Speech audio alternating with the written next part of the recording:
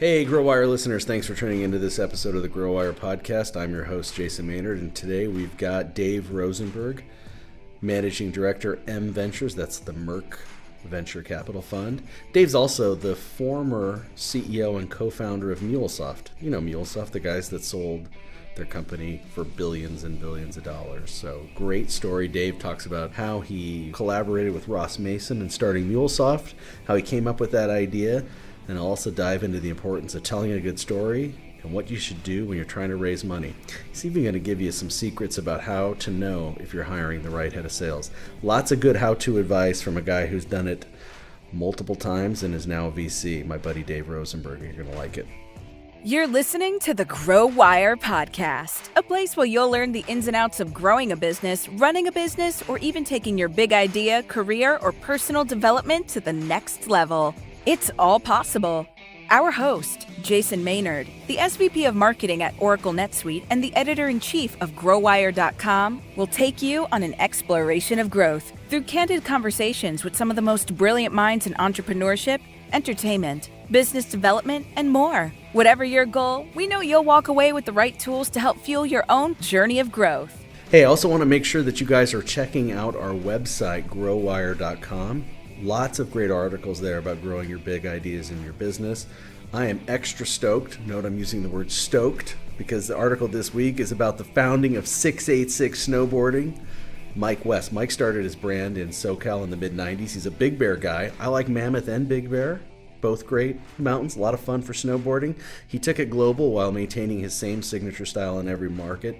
Learn how Mike West and 686 Snowboarding did it. I think you're going to like this story. It's a great backstory on what they're up to. Check it out. All right, everybody, welcome to the GrowWire podcast. I'm your host, Jason Maynard, and my guest today, Dave Rosenberg, M-Ventures. That's the Merck corporate venture arm. Dave, welcome. Pleasure to be here. Good to see you. Thanks for coming in. So, Dave and I have known each other for a while, and you've had a pretty storied and varied career. Might be 2005. I Yeah. think we maybe go back to something like that. Yeah, 04, 05. Maybe even 04, yeah. Yeah, it's been a while. Old school. That's what they call it. The kids call it these That's days. right. That's what they call it. So, Dave, give the folks a little bit of a snippet on your background from your early days breaking into tech and telecom and open source and MuleSoft and now your VC life. Yeah, I started out as a English and music major in college. And I actually started as a music major and realized I'd never have any money. And so switched to an English major, then realized again I'd probably never have any money. But my roommates were all sysadmins, and so I learned how to use Unix, and this goes back to the early 1800s, back when Unix was started. So I learned how to sort of run a shell, right? And this was like FreeBSD. This was old school, kind of right before Linux started, and everybody was running Sun and whatever else. And so I kind of learned the hard way how to do a little bit of computing, do kind of basic system maintenance, and I learned a little bit how to program and so on and so forth. And fortunately, that was able to lead me get into the kind of the swimming shark school of getting recruited out into Bell Labs. You grew up in New Jersey. I did, yes. And so at a Rutgers, they basically you're either getting sucked into the Borg of AT&T or whatever, or you're going pharma. And I had no business in pharma. I barely had business, honestly, in this. Yeah. But the fortunate thing is that Bell Labs at the time, for sure, was pretty aggressive. It was early, trying some startups. There was a group called Inferno. It was a network operating system. First kind of 6 months is they really put you through a pretty aggressive computer science kind of background. So where you're assembling a kernel, you're building a web server, all that kind of stuff. And the guy who taught my Unix class was Dennis Ritchie, who wrote Unix and C and that kind of stuff. And so it's a good claim to fame. And then I shared an office with the guys who were writing the Inferno kernel. So I started to really understand a lot about that. And then from there, I got interested in doing development and stuff. And it was more on the web side of things. So very basic HTML and Perl and stuff like that. But what ended up happening is somewhere down the line, I realized pretty quickly that I wasn't that great of a developer. But I understood how the architecture was supposed to work, and that's kind of where I went into from there. And so in telecom, that mattered a lot because we were, I was running websites and things like that, but it was for the business units that were things like OC48 Sonnet rings and all this crazy stuff. And so I basically had to understand all this content and understand how the technology worked so that I could kind of present it in a way. And so made that switch into product management and then came out to California, .com boom. I moved out here in 98, 97, 98. Moved to San Francisco. Went to the startup lifestyles. Stayed in telecom, DSL company. Yeah, where did you work? North Point Communications. They were a big deal back in the day. Big IPO, biggest IPO of the year. Yeah, so I was employee like 110, and by the time I left, about just over a year later, there was 1,600 people, which was a staggering number. That's a lot of bad hires probably in that. Yeah, you had quite a bit going on there. It was interesting. I mean, the truth is, I probably could have stayed longer, but I went very early to a company called OmniSky, which was I was employee 16. Company also went public, out of business like a year after going Technology behind the Skynet. No, it was the different company. It was we don't talk about that. Okay. This was the first sled for a Palm device that made it wireless. So basically your iPhone. It was like, how do I make Yeah, so it was old. This was like CDPD network. Very legacy kind of stuff. But we were the first provider of all these things, and so it was very cool from a technical perspective to make that work. And I worked on the back end and then all the e-commerce, and then kind of dealt with the architecture. That company completely flamed. Went public, raised whatever it was, some certain amount of money. Yeah. I got $12,000 before taxes because I was a material insider to the whole thing. So, I think after taxes, I got like $7,000 for 2 years worth of just complete and total suffering. And then they went out, basically got sold, went out of business, and I went to Sprint. So then I took 2 months off or so, just kind of doing whatever. Went to Sprint. To the data center side, which was where I was kind of interested in, and spent a lot of time at that point. So at OmniSky, we were actually racking and stacking gear, which was interesting. We had our own data centers and dealt with our own networks. And so I started to understand that a lot more, moved over to Sprint, to the data center side. It was kind of an idiotic job at an idiotic company. I played a lot of pool. So if any of our listeners, I could still play fairly well. I played a solid hour. You honed those skills. Yeah, I spent a good time. It was they were nice people. It was just kind of going through a transition, and they sold my business unit one day. Literally, we all showed up, and they're like, "Sorry, nobody works here anymore." Well, it's maybe because you guys were playing pool all day long. Right. It was our fault. Well, they sold all the data centers. They sold everything, and I went to go help out my friends at Glass Lewis, which was a kind of very early stage company focused on financial services proxy advice. So where do you render your votes and such? And so I continued on a little bit of a technical path there in the sense that I was kind of developing what does the architecture look like. So circa 2003, we didn't have WordPress and we didn't have SquareSite or Squarespace, all these things where you could easily publish content. So we actually built our own CMS basically to publish these reports, which, as you know, as an analyst, you were banging through a lot of reports. So we had 95% of all institutional investors as customers, like within the first year. Yeah. So it was an interesting kind of problem. And then as the proxy seasons came around, we would hire 60 interns basically to bang through all these reports. And so I got much more heavily involved at that point in sort of like management. So I was hiring these people. Like I was going through them. So I started to learn a little bit more about what am I looking for and those kinds of things. And then kind of put myself out of a job. I hired a whole crack team of people in, and I just thought to myself, I don't really need to do this anymore. So spent some time consulting while I was trying to figure out about going back to school. So I consulted for a whole bunch of tech companies and for some events like Comdex and stuff like that. And from there, I was in school, and the guys at Glass Lewis called me one day, and they said, we kind of made a mistake. And I was like, how bad could this be? And it was a pretty spectacular mistake in that everything that we had built to date was all Java and PHP, which was sort of the natural, It's the stack back then. Yeah, and they outsourced an application, and they hired this whole group. I think it was TCS, who were, competent, but they wrote it all in .NET. And circa 2004, .NET was not where you wanted to be. And so they said, we got this little bit of an issue here. Literally nothing works. Can you come back and help us? And I was like, whatever, I'll. And that's when I really kind of identified this massive integration problem, which is how I started. Eventually, how I got into Mule was all this stuff is that I basically downloaded and test drove everything from Tibco and, whether it was web methods or whatever else.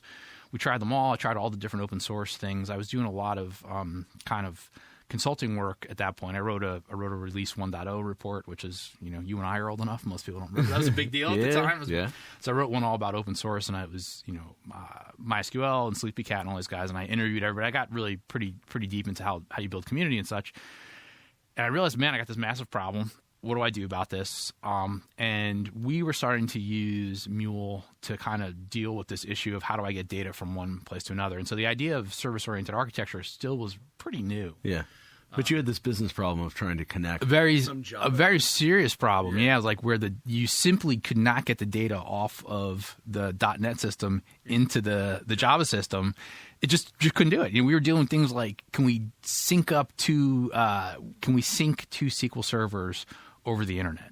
Like, it was that kind of thing. And you couldn't do it at the time. And it was very, very difficult. And so we were doing these crazy things of like snapshotting data. It was messy. And so this integration problem was very real. As I started to look at it, I started to realize everybody had this problem. You and I spent a lot of time looking at this circa 2005 or so, 2004, 2005, to try to figure out what does the market look like going forward. That's when I, really got heavily interested in Mule, and I became friendly with Ross, who was the guy who originally wrote it.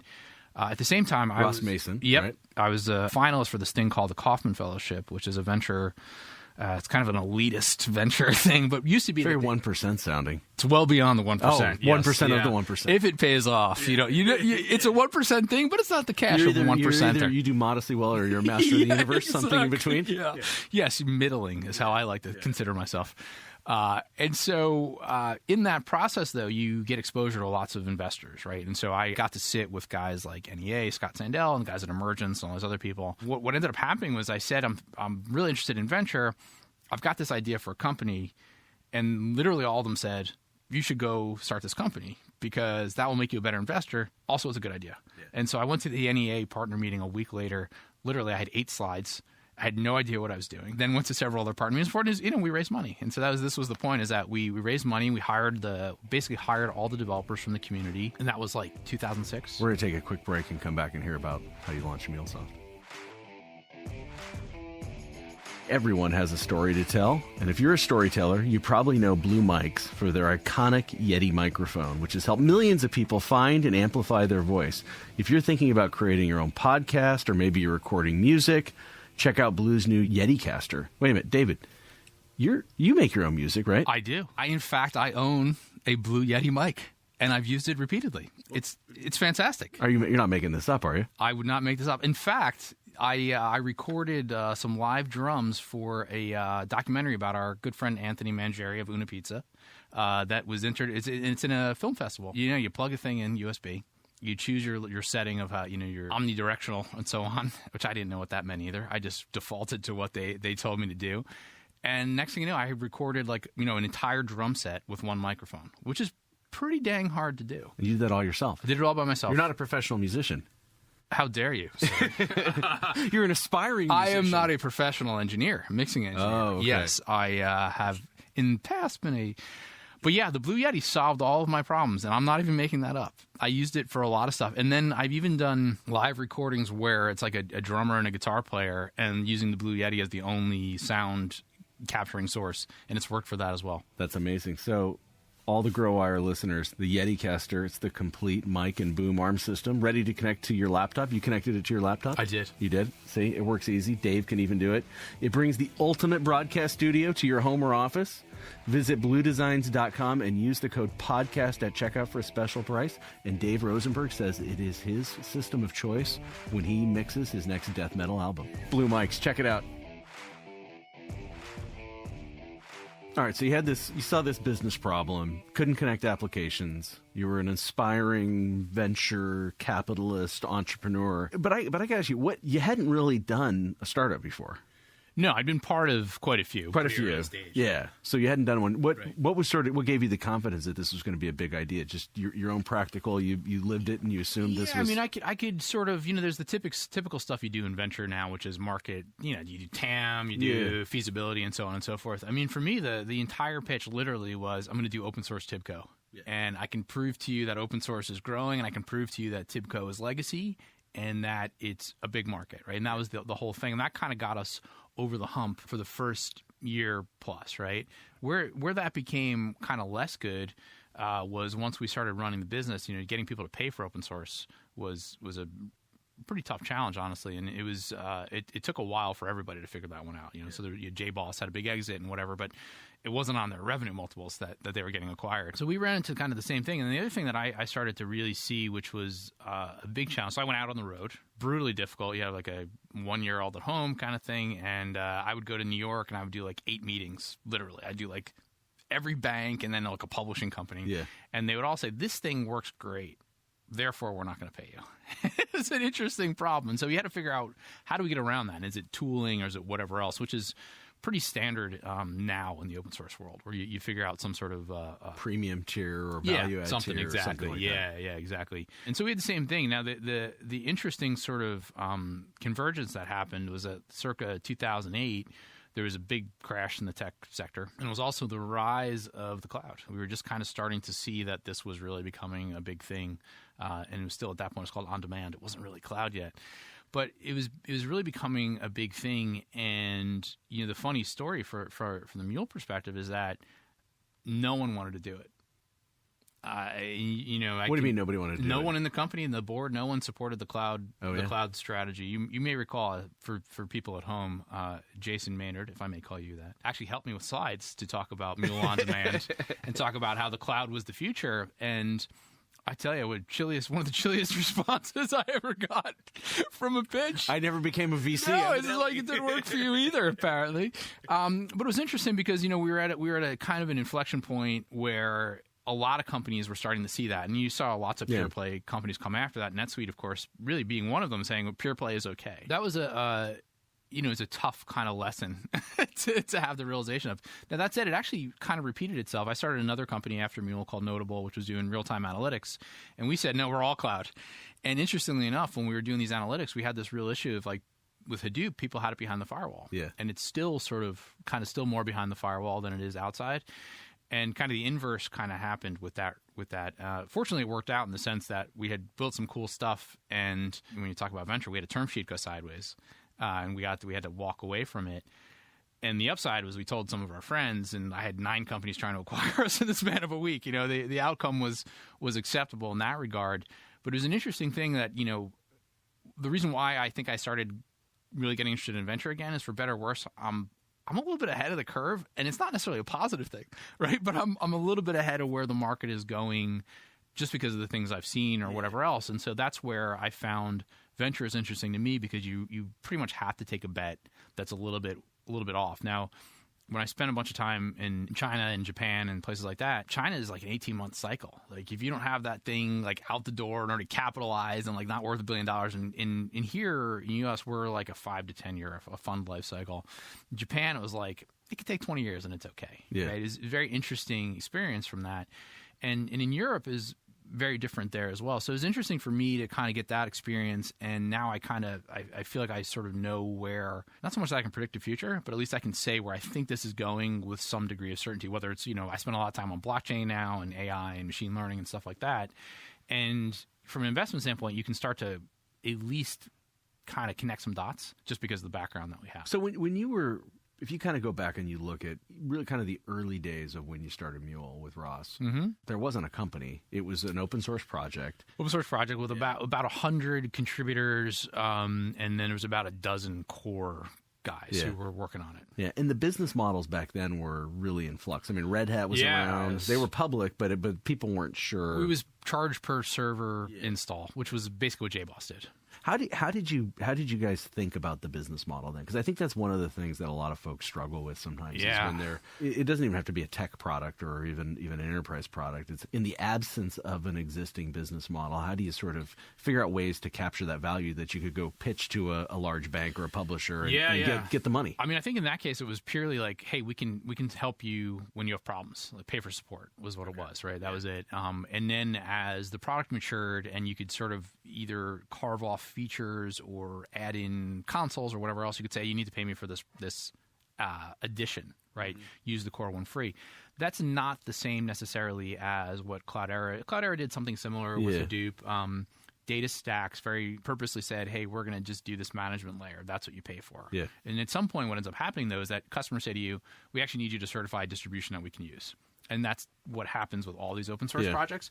And so I think when you think about how do I identify my business model, ultimately the first question is like, what will people pay for? I mean, this is what I do all day now, right? Which I do very early stage companies. And as I move to Merck, it's a little bit later stage.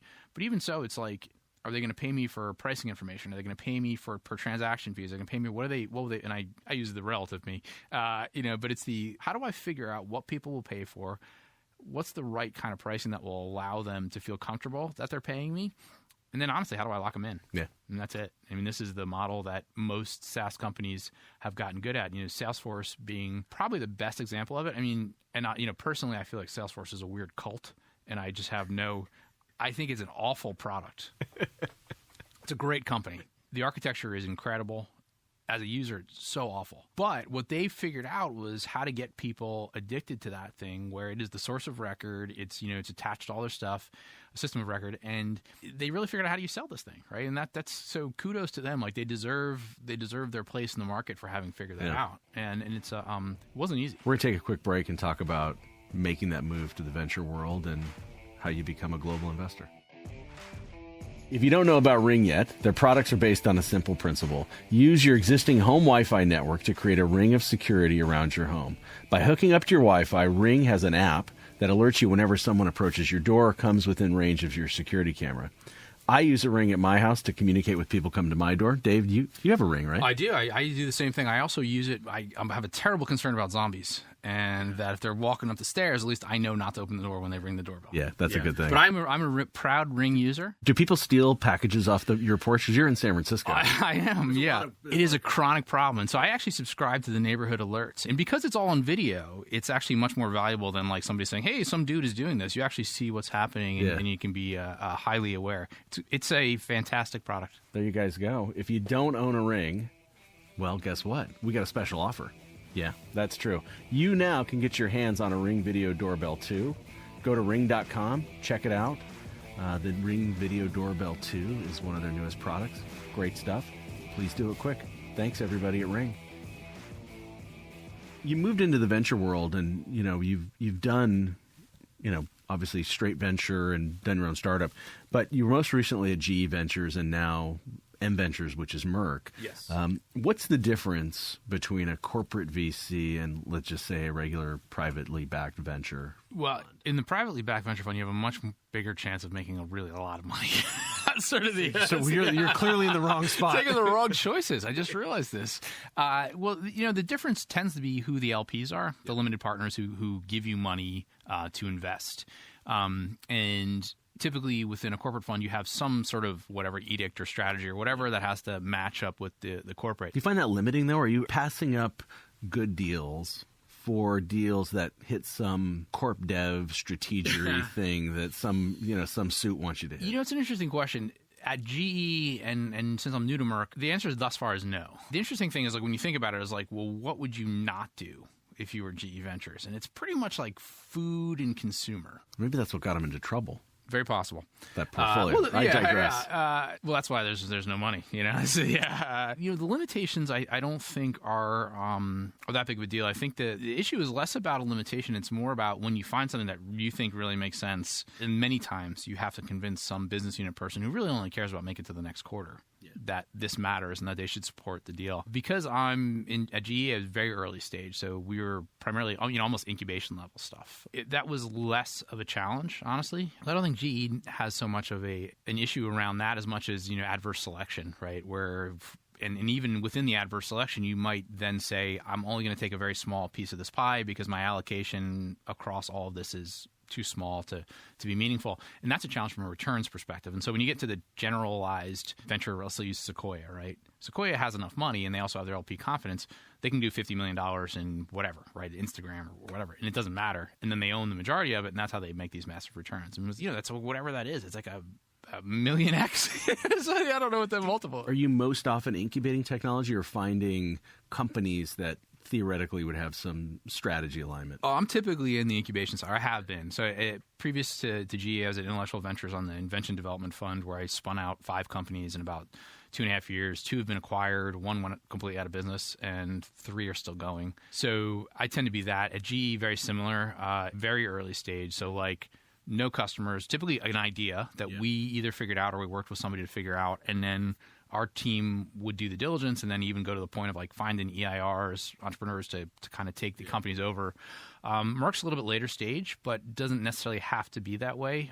There's a bunch of early stage companies that they've done in the past. There was one in the life sciences space, which they effectively incubated, put in like $30 million, and it sold for $1 billion. So it's like, you never know what these results are going to be. Where I personally tend to focus is pretty early stage because I understand what it's like, right, to be able to go and do that. And so a fair number of first-time founders, but typically people with a little bit of experience. So right now I'm still on the board of one company, which is run by a dude who's like an adult, but that doesn't mean he gets it right all the time. I'm on another board where I think the oldest guy's 26. Blockchain, it's like, and they're these wizards, but they're very sophisticated, right? And so, they have a different approach. And so for me, a lot of what I spend my time on is like helping these guys figure out what they want to be. And then that's, I guess, a relative statement, but like, what is the company going to be? What's the product they're going to sell? How do we get from here to there?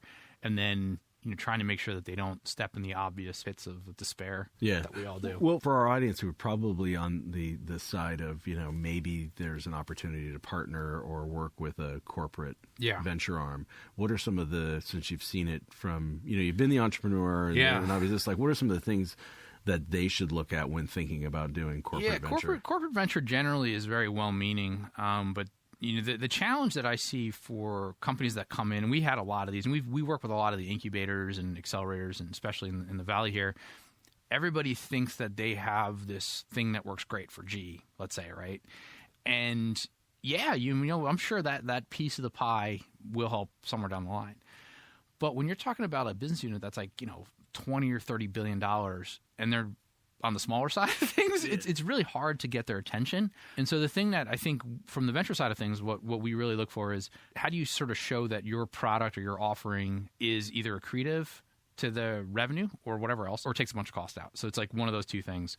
And those are the types of companies that get on the radar of the venture teams, and the venture teams start to take them a lot more serious because you can then go say to corporate, like, this is why this is going to make this better. I have a company it's called IDX, bad name, whatever. But it's a marketplace for secondhand industrial goods, things like MRI machines. Okay. And you think, boy, this is boring. And then it turns out that globally there's something like $20 billion a year of industrial equipment that's kind of traded on these secondary markets. And from a GE perspective, we were buying like whole hospitals out of their stuff to put new product in, right? Where does all that stuff go? And it's like $50 million worth of stuff, and that happens over and over. It's like eBay for MRI machines kind of thing? Yeah, I mean, it's everything. It's power, it could be oil and gas. And so these industrial markets are huge. And so that has a clear value to GE to get rid of a bunch of gear as well as make a bunch of revenue, right? And so those kinds of things I think really matter. Now, in corporate venture, you tend to have people who have a background either in something specific, like a specific field, like a PhD in immunology, right, whatever, or have a very, very deep understanding of the markets that they're in. You got to be ready. It's a little different than the outside world where you have like Sequoia, where they have a pretty strong opinion on a market, and they'll go do the diligence. Odds are they probably already know the answer if you show up there.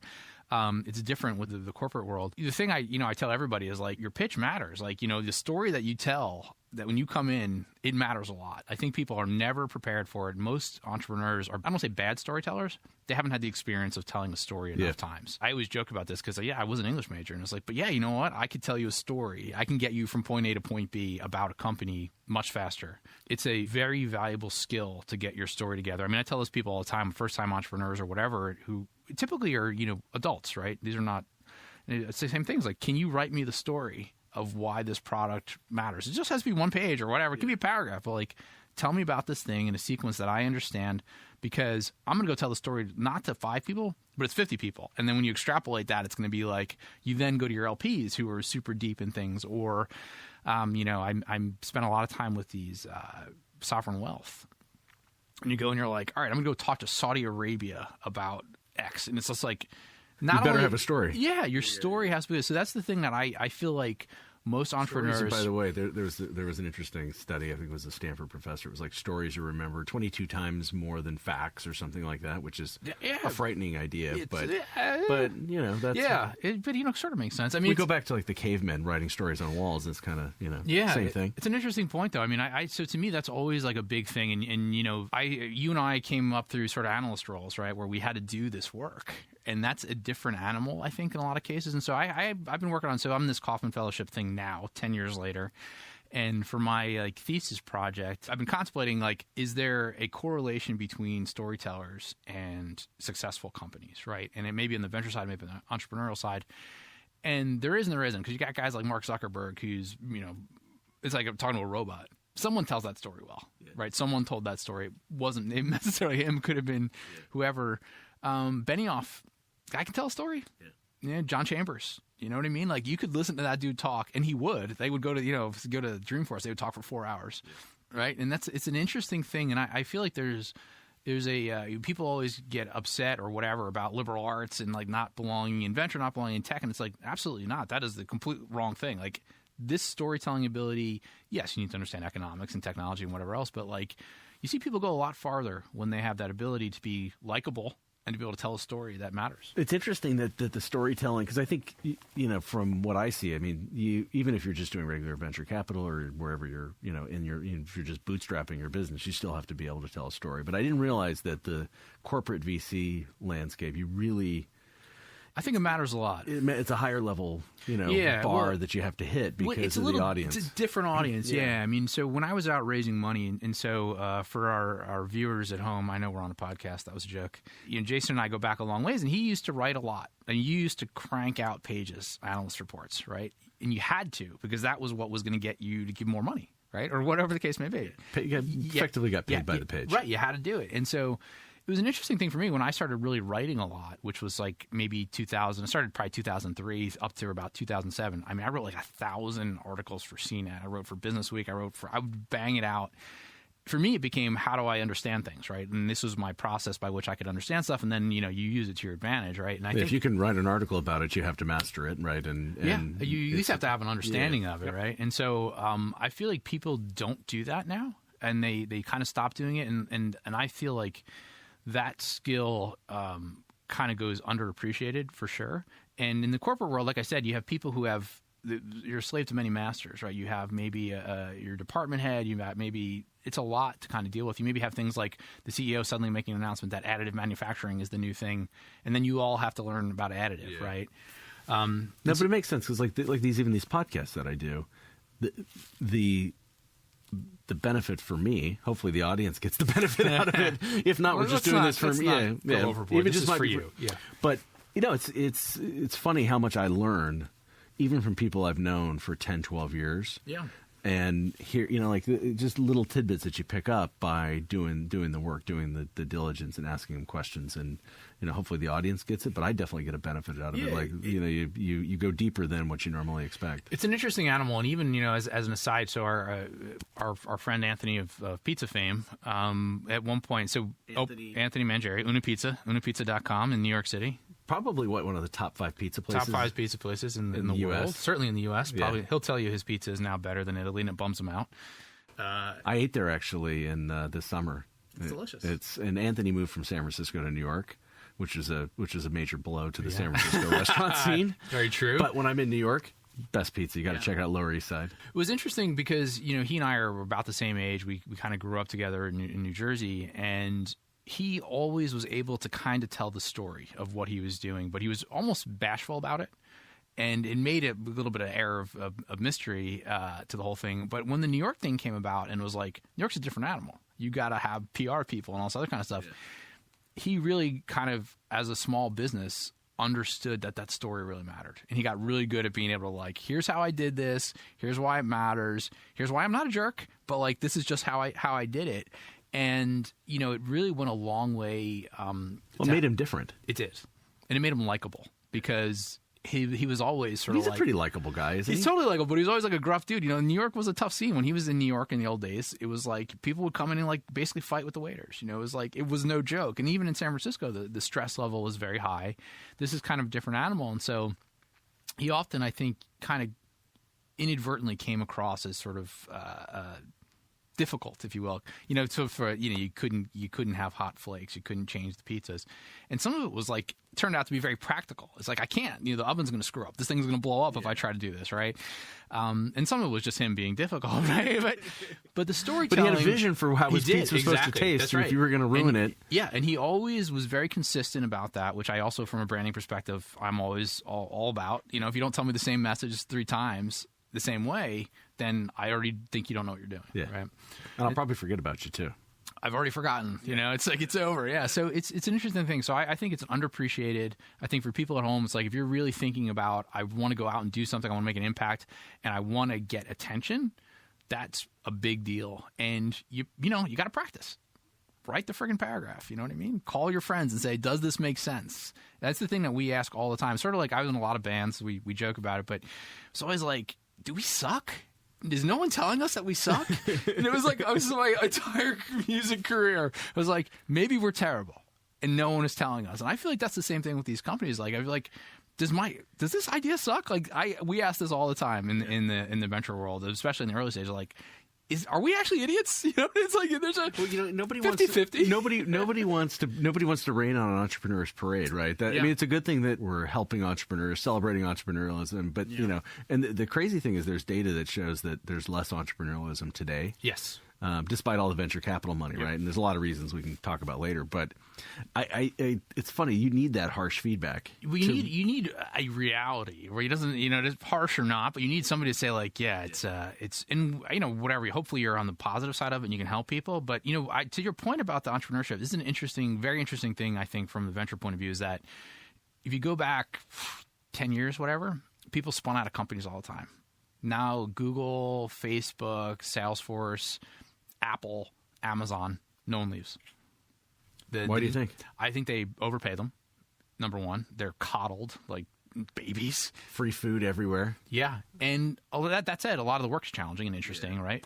They're not going to get necessarily the riches that they would get but they get like a good work, kind of like a work life, and they get paid super well. I mean, it's not like they're, it's sort of at some point you're like, 2 million versus 200 million, you're like, you're okay. 2 million, it's all right. So it's an interesting thing. And that puts you in like the lower middle class of San Francisco. You're barely scraping by. With the real estate in San Francisco. But it's interesting because I feel like we have a kind of a dearth of startups right now because nobody's spinning out. Like Facebook spun a lot of people out. LinkedIn did for a while. And then it's just like, it's stopped. And it's going to be, the war for talent is very real, I think, because people aren't doing enough stuff getting out in the universe. And so you see, not so much you see less stuff. Competition has gotten definitely more aggressive in the venture world for a lot of things. But I just feel like there's a lack of people going for it right now. And that's cyclical. But we're at that point right now where it's like, I feel like there must be so many people, guys and gals at Salesforce who like know deep tech stuff on ML or whatever it may be, who just can't be bothered for whatever reason. Either they're comfortable or they are. And at some point, something needs to change, and it will. But it just like it has to happen. Maybe the innovation is not going to happen in Silicon Valley. Maybe it's going to be in China. It's not. I mean, you go to Shenzhen, and it's terrifying. Yeah. You walk in there, and there's like flying cars. There's no flying cars. But it really is like you go to China, and you're like, this is where it's happening. You really see it. Korea was like that for a little while. Japan has always been a lot of very interesting things, but just not as much action. Singapore tried, but hard to get off the island. Australia done virtually nothing. Europe is getting better. The work laws and those kinds of things are making it very challenging. I didn't understand that as much, but with this move to Amsterdam coming up, it's a... So you are definitely with Merck. You're moving to Amsterdam. Yes. Come visit me.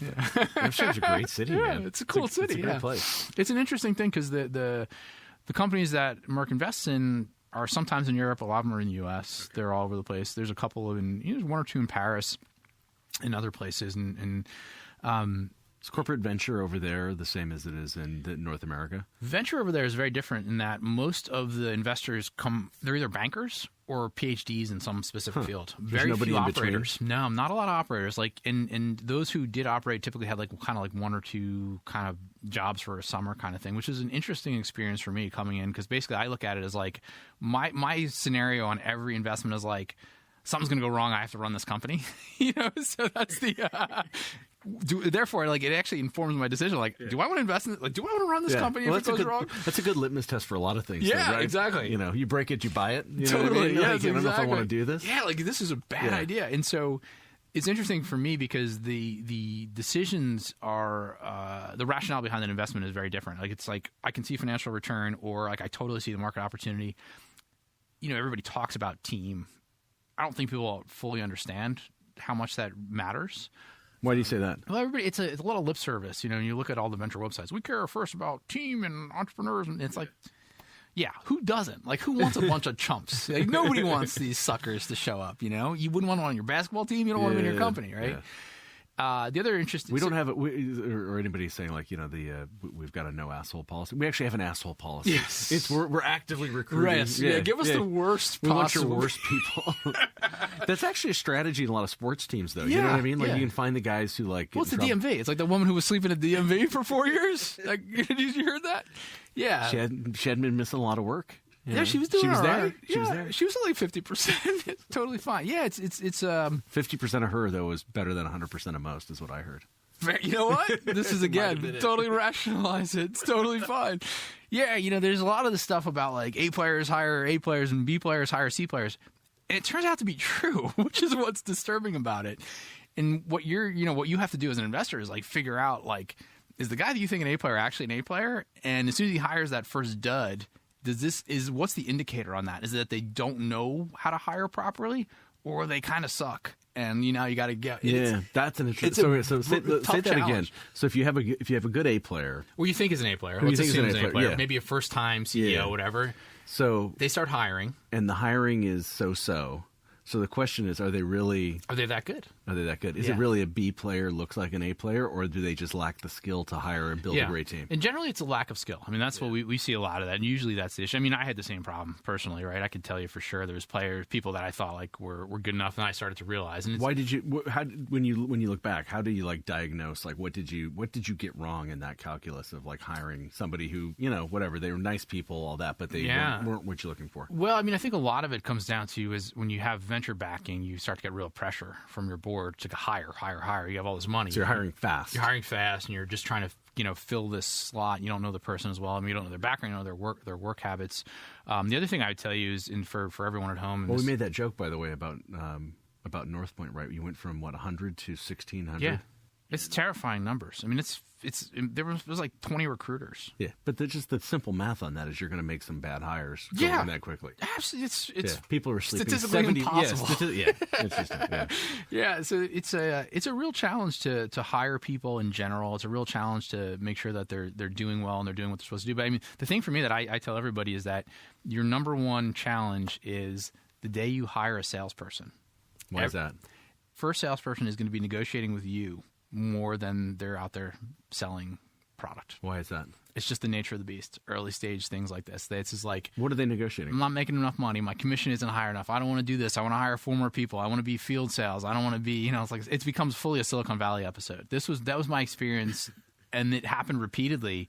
And now it's like one of the things that I internalized a lot of, like, we're going to hire a sales guy. CEO's life is going to change, and it's a very consistent. I've now noticed this across the board that if you get a great sales guy, like you and I have some mutual friends who are great sales guys, there's no amount of money you shouldn't pay them. I mean, Oracle was great about this. So to Larry's credit, whenever anyone was banging it, he would pay them whatever, and he was right to do so. Salesforce, similar.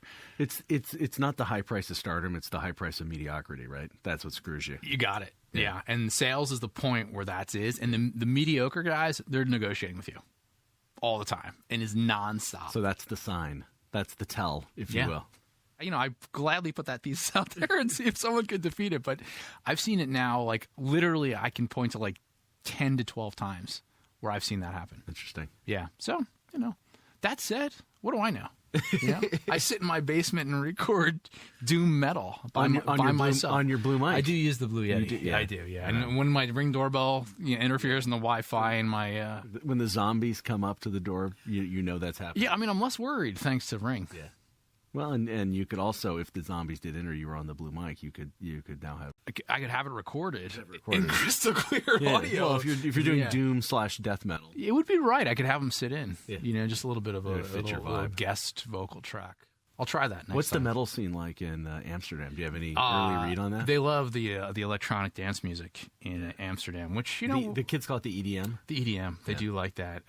They still rave, is my understanding, to some extent. You go to Norway or someplace like that, and they love the metal. There's a lot of, like, the black metal, the evil stuff, where they really, truly love Satan.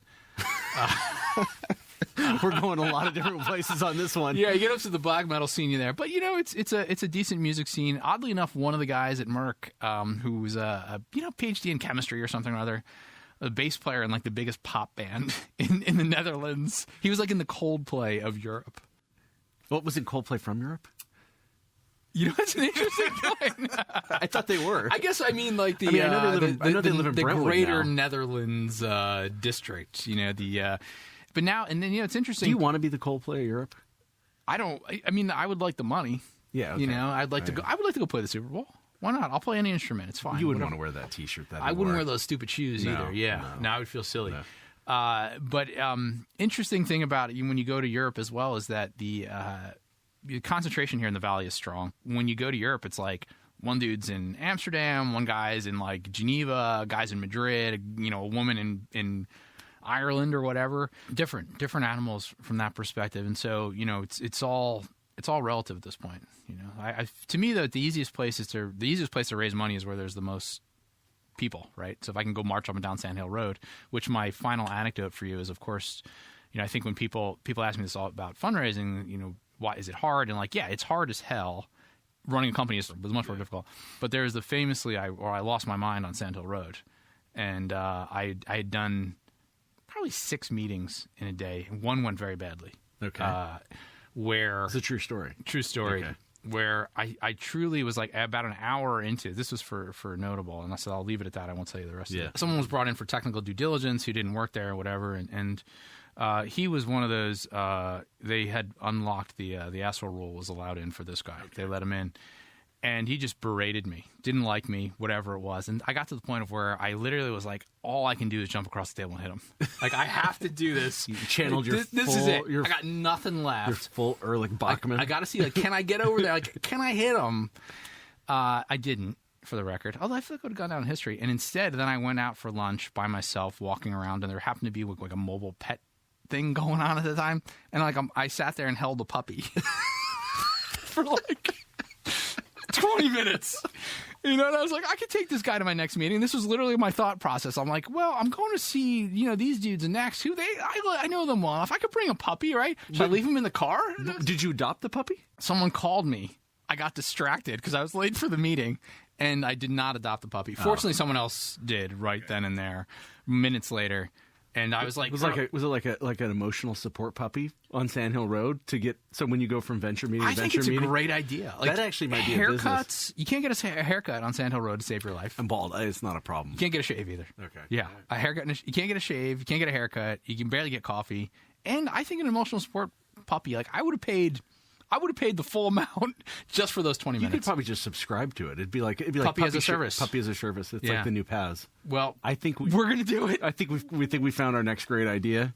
This is what you get on GrowWire. You know, not just advice, but ideas that you could run with. This is big on your own. Yeah. Puppy as a service. Dave Rosenberg. Have fun in Amsterdam, man. I'm going to miss you. It's going to be great. I might come over. We'll hang out. Yeah, we'll meet in New York for pizza at Anthony's. Thanks, everybody. All right, so Dave and I covered a lot of stuff. Hopefully you still love us at the end of this podcast. We may have gone off the rails a bit. Lots of great insight besides learning about how to grow a business and what to say when you're raising money. At the very least, you need to go check out Una Pizza Napoletana in Lower East Side of New York City next time you guys visit New York. Best pizza in America. Thanks to Dave for providing the great insight into all of this. I also want to give a big shout out to everyone who made it possible. Our sponsors, Ring and Blue Microphones, as well as the production crew at Oracle and Lampstand. Also, thanks to Kendall Fisher. As always, adios! You just listened to the GrowWire podcast with host Jason Maynard. Make sure to tune in every week for another episode full of tips, tools, and strategies to take your personal and professional growth to the next level. Until next time.